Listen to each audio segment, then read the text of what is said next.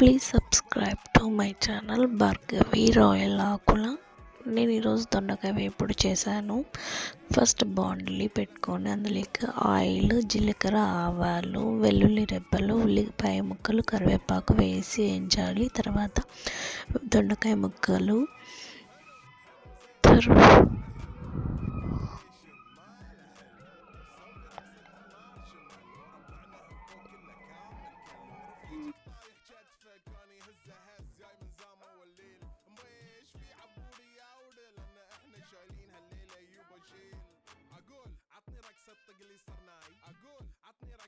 كلمة تاي اقول سوي رقصة هلو جود باي زيد لي شكر وايد وانا اشرب لي شاي يا اخي دوس عندي خوش فصلة يا اخي تفوز والله خوش رقصة يا اخي دوس عندي خوش فصلة يا اخي تفوز والله خوش رقصة يا اخي